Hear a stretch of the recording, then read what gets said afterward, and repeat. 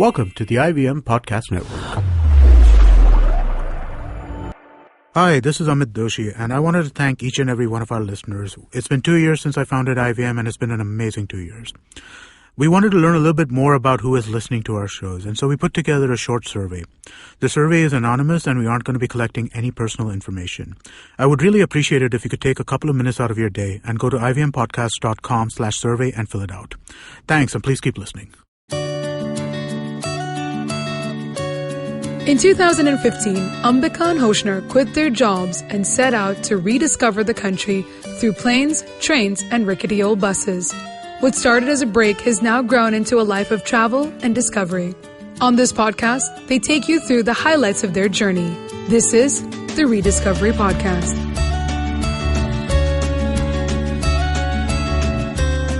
In this episode, we take you to India's cultured east, Orissa, and its arty city of Puri. So for most people, I think Orissa seems pretty far. It's like it is at the far. Other end of the country, literally eastwards.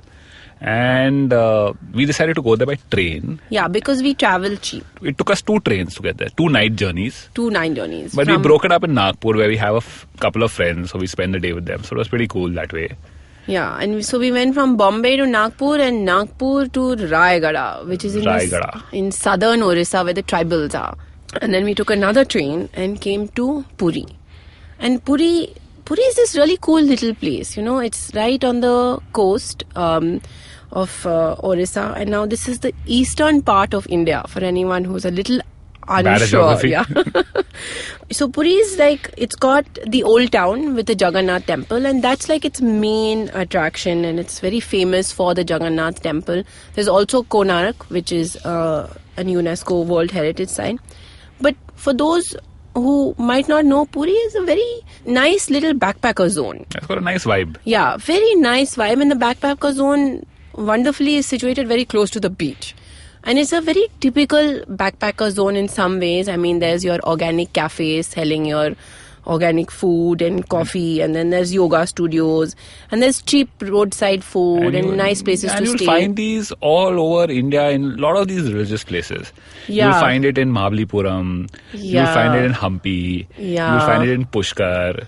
Correct. All these foreigners and the hippies, they all found these nice religious, spiritual places. Spirituality, yeah. And then they set up these little zones. But these zones are wonderful. And then, you know, the mark of a backpacker zone, I've realized, is if you have a shop that sells those Aladdin pants, then it is a correct backpacker zone. Correct. So we stayed in, and we found a really cute little boutique place which had a swimming pool. So we put our bags down in backpacker zone of Puri and went out to explore this arty little town. Yeah, so the main reason most people come to Puri, besides going to Konark, is really for the Jagannath temple. So it's one of the most important Hindu temples in India. It's obviously dedicated to Lord Jagannath, who is pretty much the presiding deity of Orissa. I mean, you'll find Jagannath everywhere. And a lot of eastern part of India also, Jagannath is really important. Even in Bangladesh. Apparently, yeah, even in Bangladesh. Yeah. Jagannath is obviously an incarnate of Vishnu.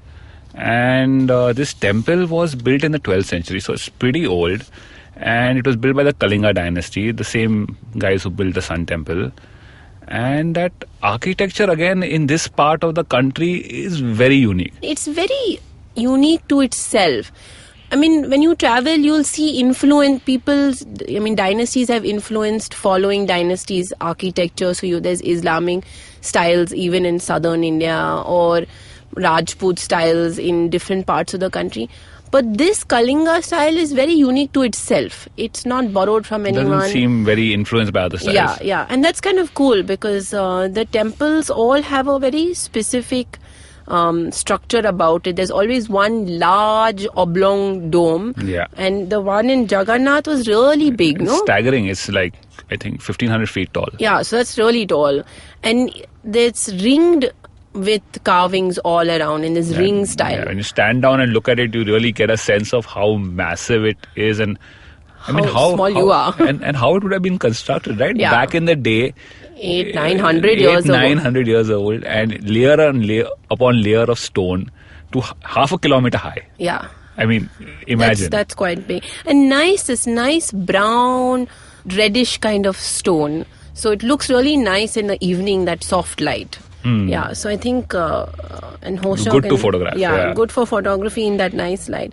So this Jagannath temple, like all other temples, it's huge and it's really chaotic. So I think it's more chaotic than most temples. yeah, it wasn't very we've been orderly. to. I mean, in some of the temples we've been at, there are lines you can get into. Everyone moves in a certain direction. But here it seemed like everyone was running around everywhere, and also there are these priests right at the entrance ready to pounce on you if you look like you don't know what you're doing. So just a word of caution to people who don't want to engage with a priest. You have to be polite but say no. Yeah, you firmly. have to go to 10 different places to give dakshina. So you walk around this big temple, and other than the main structure, there's all the little structures. And inside the main structure is where Jagannath, his idol, sits. And he's always with his brother and sister, Yeah. which I thought was kind of nice to be there. And the cool part about the Jagannath idol is that it's made of wood. Not Unlike of the other ones, stone or metal or so. And every 12 years, apparently, they make a new replica. So it's always very nice and new looking. Yeah, so the temple is pretty cool, and the best time if you, are interested in that kind of stuff to go to the temple is during the Rath Yatra, which happens in June or July every year, and it's a massive affair in Puri. Right. All over Orissa, but in Puri it's really massive. So it's basically a centuries-old tradition where Jagannath, the idol, his sister and brother are put into the chariot and taken to the Gundicha temple, which is supposedly the house of their aunt. Oh, how nice. So they It's go a down to family their affair. aunt's house and they are fed, and they stay there for 9 days, and then they come back to the Jagannath temple where they are housed again. So here we heard another story about how back in the day, when they were brought back to the Jagannath temple, the king would sweep and clean the area in front of the chariot before he was taken into the temple. And basically this is to signify that everybody is the same, whether he's the king or a commoner, everyone is the same in front of the Lord. Yeah. But of course he's the king sweeping with a broom, so apparently the handle of the broom was always made of solid gold. Yeah. One of the key reasons we were in this old town was that we were searching for the famous Puri cheesecake. Yeah, it's not really a cheesecake. But it's like a cheesecake. Sweet. It's sweet. Yeah. That's about it. Yeah, it's called the Chenna Poda. So we went to search for the best cheesecake that the guides told us And about. every second place has cheesecake. So this best cheesecake is a small little shop that's run by 7 brothers. And each one is fatter than the other. I think they eat a large amount of their own cheesecake. And rasgullas, and that guy was sitting with this huge pan of rasgullas in front of him. Yeah, He and must have his been popping one every 4-5 rasgullas. Stomach was huge. There was like him, then there was his stomach, and then there was his plate of rasgullas. But man, the sweets in there, they were good. And I'm not even a big sweet person, but we sampled a few of their sweets, but they were really quite yummy. So this cheesecake is made by thickening the milk, sort of like you would for paneer. Then you reduce it with sugar and cardamom, and you mix it all together and cook it in an open wood oven on an iron pan. And then they very it's nicely cooled. showed us the entire process. Yeah, also. they led us to the back to show us everything. Yeah, and there were these pans cooking on basically wood fires, and that smell there is It was yeah, really nice. Yeah, that nice cardamom-y, thick smell. One of the other main reasons that people come to Puri is to see Konark. Yeah, See the Sun Temple. the Sun Temple in Konark. And before this, now we've already been to Hampi, where we saw the Sun Chariot that was inspired by Konark, and we'd seen another Sun Temple in Modhera in Gujarat. And they were both really fascinating places. So we were really excited to see these Sun Temples because there's a lot of science behind the building of the Sun Temple. So we headed onto Konark, and I have to say the road from Puri to Konark, it's amazing. It's like the smoothest road I think we did we've it been in on. auto. In an auto 30 for kilometers. 45 minutes. 30 minutes. kilometers. Yeah. And it was the smoothest auto ride you can take. They should really have these kind of roads everywhere. Yeah, so the Sun Temple is a It's a UNESCO World Heritage Site, built around the same time as the Jagannath Temple in the 13th century by King Narasimha Deva of the Eastern Ganga dynasty. Now, this temple was obviously built as a tribute to Surya, the sun god, and it was built as his chariot. Now, a lot of this temple has now sort of fallen down, so you can see sections of it, but you have to really imagine it as it would have been. And you step back and you look at it and you really can imagine how it would have been as a massive chariot. It's got 12 pairs of wheels, and each of those wheels is taller than a human being. And those 12 wheels are drawn by 7 horses, and 1 or 2 of those horses are still there.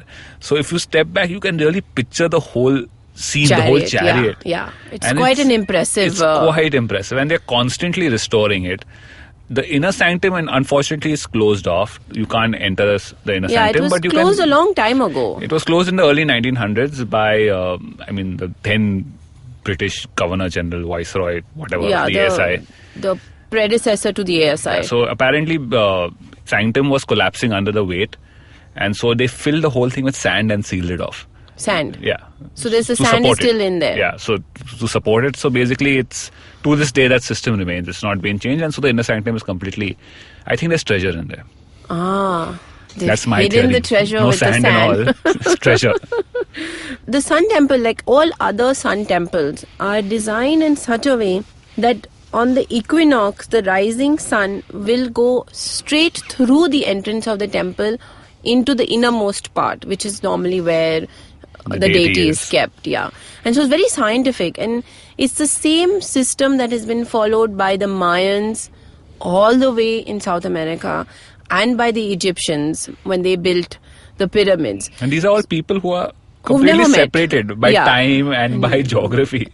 I mean, the Sun Temple is really cool. I mean, and like Hoshna said, you step back and you see this whole thing, and these wheels, they're all sundials. Yeah. You can tell the time. You can tell the time. And we did it. So you take a pen and you place it in the middle of the wheel, and where the shadow falls is, you can tell the time of the day by the shadow. You can tell the time because, there are X number of spokes, and each spoke depicts a certain amount of passage of time. So you can actually calculate it from the larger spokes to the minor spokes, and you can tell it down to the minute. To the minute. Yeah, and it was correct. It was absolutely correct. Yeah, our guide told us, and we didn't believe in the bullshit, But he actually... He did it.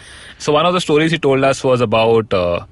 originally, when the temple was being constructed, they had a lot of problem putting the crown on top of the tower of the temple, the spire of the temple. And so they worked out a system where they apparently placed a huge a magnetic rod through the top of the spire. And because the rocks that they used had high quantities of iron in them, it sort of held it together. Apparently, this magnet also used to mess with the compasses of ships off the coast. Oh, no. So at one point, apparently, the Portuguese came and they removed the magnet. Oh, no. And after that, the tops of the temple collapsed. So this is a story which the guide told us. Now, how much of it is true, but it was an interesting story. Yeah. In Puri, obviously, the Jagannath temple, Konark, just outside of Puri. The other cool place around Puri is the Raghurajpur Art Village. Now, this is a heritage village set up by the Orissa government. I mean, it wasn't set up as a heritage village. It's now become a heritage village. But the cool part about it is it's a small village, about 100 odd homes, but every home there produces some art.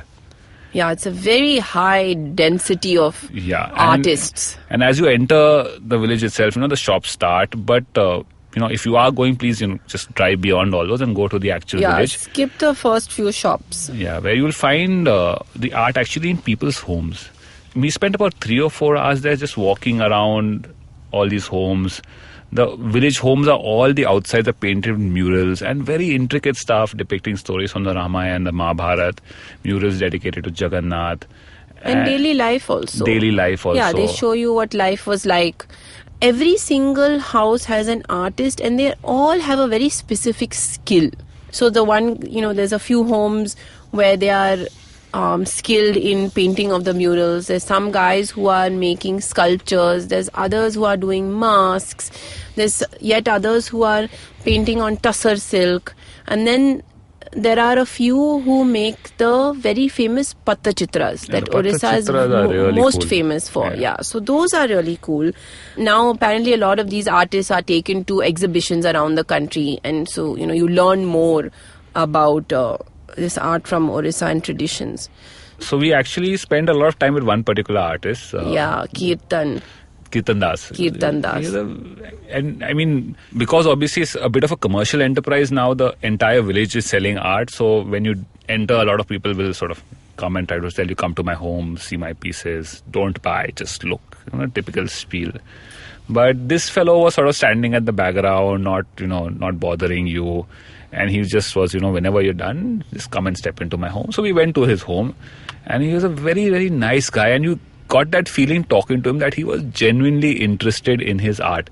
He wasn't so much interested in selling it, but in talking about it, in sharing it. So he actually spent a lot of time to us explaining how the process of even making the canvas on which they do paintings. So the canvas is made with old cotton saris, and the 3 saris are sort of glued together, with natural glue made out of tree sap.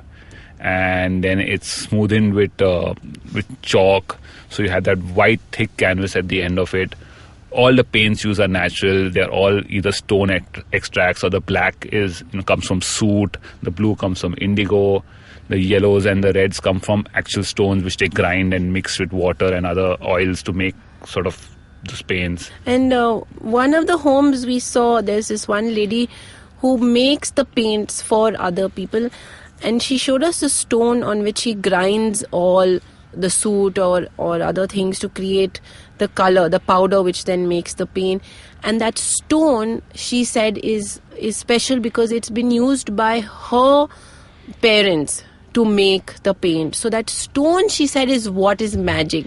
She said, if I go and buy a new stone today, it won't create the same kind of paint to create the magic on the art, because that stone has been seeped with color. So I think that was kind of cool, that you had this one family that makes the color for everyone else. Yeah, and there are generational artists in those villages. Yeah. So Kirtan Das, for example, is the 3rd or 4th generation who's practicing these forms of art. So his speciality is he paints on the canvas and he paints on tasar. His brother does the Patta Chitra. So the Patta Chitra, for people who don't know, is an ancient art form in Orissa, 5th century BC, so it's very old, made on palm leaves. So they cut strips of palm leaves and they join them together to make a canvas. And they actually carve on the leaf with a blade or a knife and cut out pieces of it to form the image. Very small pieces. Fill it with black soot, which is the ink that they use. Almost every home that we were in, you could tell that everybody was really into their art.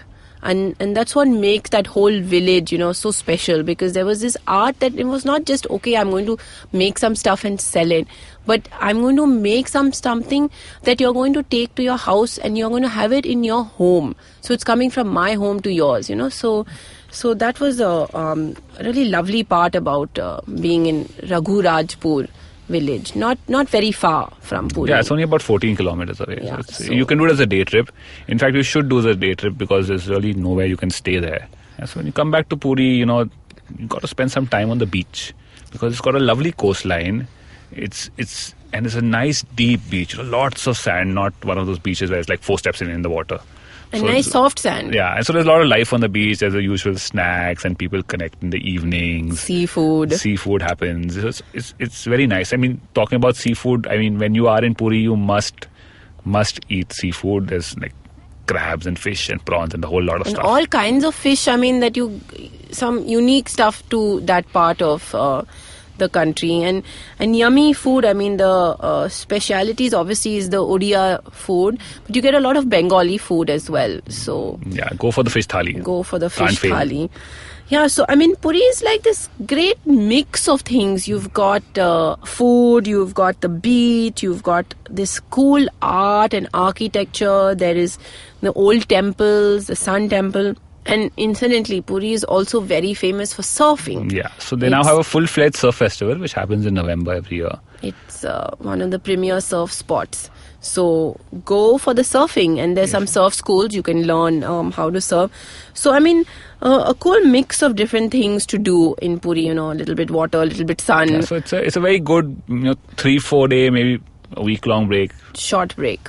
So it's a great place to be. So when you're thinking of planning your next vacation, check out Puri. Yeah, it's not that far. You can take a flight. You don't have to take 2 trains like we did. Right. Yeah. So if you want to read more about our stories and adventures around India, check out our website. That's therediscoveryproject.com. And we're also on Facebook and Instagram. So that's it for today. Thank you. Thanks so much for listening. In the next episode, we take you to Amritsar, a microcosm of Punjab, with a rich history, gregarious people, some yummy, yummy food, and of course, the famous Golden Temple.